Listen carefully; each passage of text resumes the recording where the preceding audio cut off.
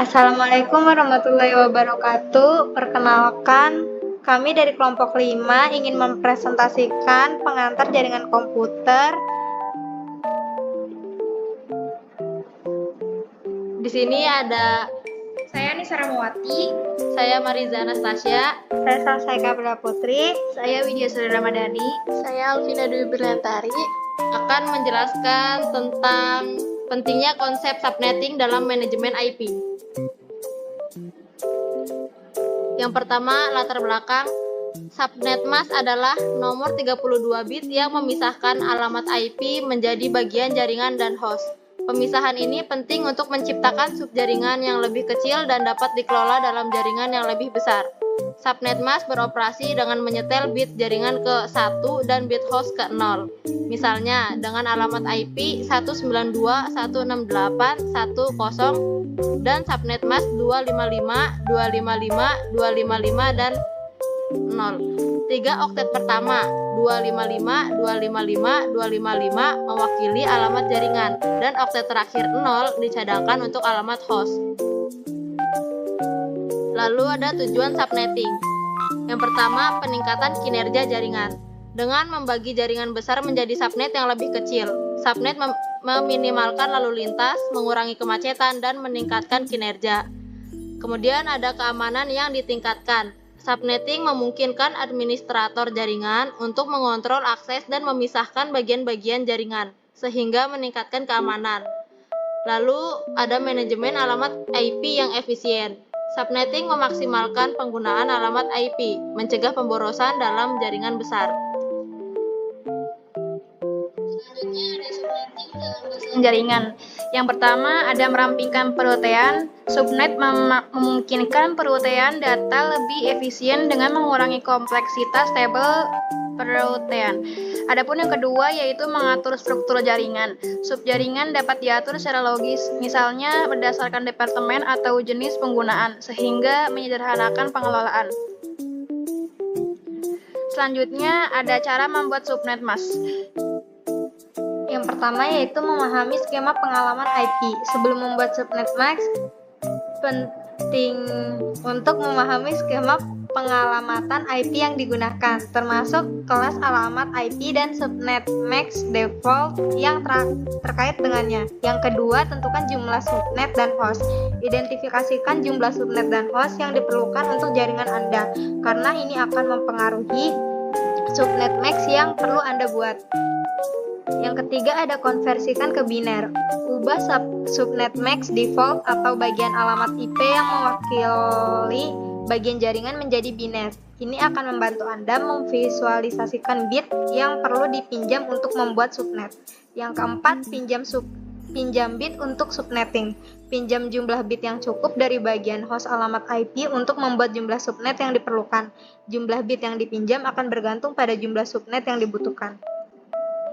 Yang kelima, ada tentukan subnet max baru. Setelah Anda meminjam bit yang diperlukan, ubah biner kembali ke desimal untuk menentukan subnet max baru. Bit tambahan akan tercermin dalam subnet max sebagai bit aktif atau bit yang di-setel. Yang keenam, terapkan notasi CIDR. Terakhir, ekspresikan subnet max menggunakan notasi classless interdomain routing atau CIDR yang menambahkan jumlah bit subnet max ke alamat jaringan. Misalnya alamat IPv4 dengan notasi CIDR yang terkait mungkin terlihat seperti 192.0.1/23 dengan /23 menunjukkan subnet max. Lalu selanjutnya ada praktik terbaik untuk subnetting, yaitu yang pertama rencanakan dengan sepenuhnya. Pahami kebutuhan jaringan Anda dan rancang skema subnetting yang sesuai. Kedua, gunakan desain hierarki. Susun jaringan Anda dalam lapisan logis untuk memudahkan pengelolaan. Yang ketiga, dokumentasikan segalanya. Simpan catatan rinci tentang strategi subnetting Anda untuk referensi dan penyesuaian di masa mendatang. Selanjutnya ada metode subnetting, yaitu yang pertama subnetting panjang tetap atau berkelas. Di sini semua subnet mempunyai ukuran yang sama dengan jumlah host yang sama. Yang kedua, subnetting panjang variabel, yaitu tanpa kelas. Hal ini memungkinkan subnet dengan berbagai ukuran Mengoptimalkan penggunaan alamat IP. Selanjutnya ada manfaat dan keuntungan. Yang pertama, manajemen alamat IP yang efisien. Subnetting memungkinkan penggunaan alamat IP yang lebih efisien dengan memecah jaringan besar menjadi segmen yang lebih kecil. Yang kedua, peningkatan keamanan jaringan. Dengan membantu segmen-segmen terpisah, subnetting membantu meningkatkan keamanan jaringan dengan membatasi akses antar segmen. Yang ketiga, optimasi kinerja jaringan. Jaringan yang tersegmentasi dapat mengoptimalkan kinerja, mengurangi beban lalu lintas, dan meningkatkan respons jaringan. Yang keempat, fleksibilitas. Dalam penyusunan jaringan, subnetting memberikan fleksibilitas dalam merancang dan menyusun jaringan sesuai dengan kebutuhan spesifik organisasi atau lingkungan pengguna. Selanjutnya di sini ada tantangan dan pertimbangan. Pemahaman yang mendalam proses subnetting memerlukan pemahaman yang mendalam tentang konsep jaringan dan alamat IP. Kesalahan dalam subnetting dapat mengakibatkan masalah kinerja dan keamanan. Kedua, dokumentasi yang akurat.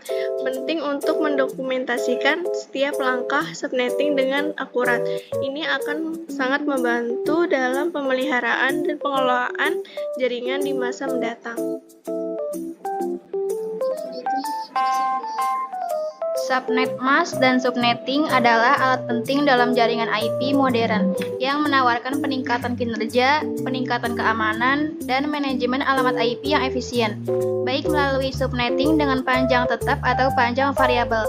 Memahami dan menerapkan konsep ini secara efektif sangat penting untuk mengoptimalkan infrastruktur jaringan. Sekian dari kami. Wassalamualaikum warahmatullahi wabarakatuh.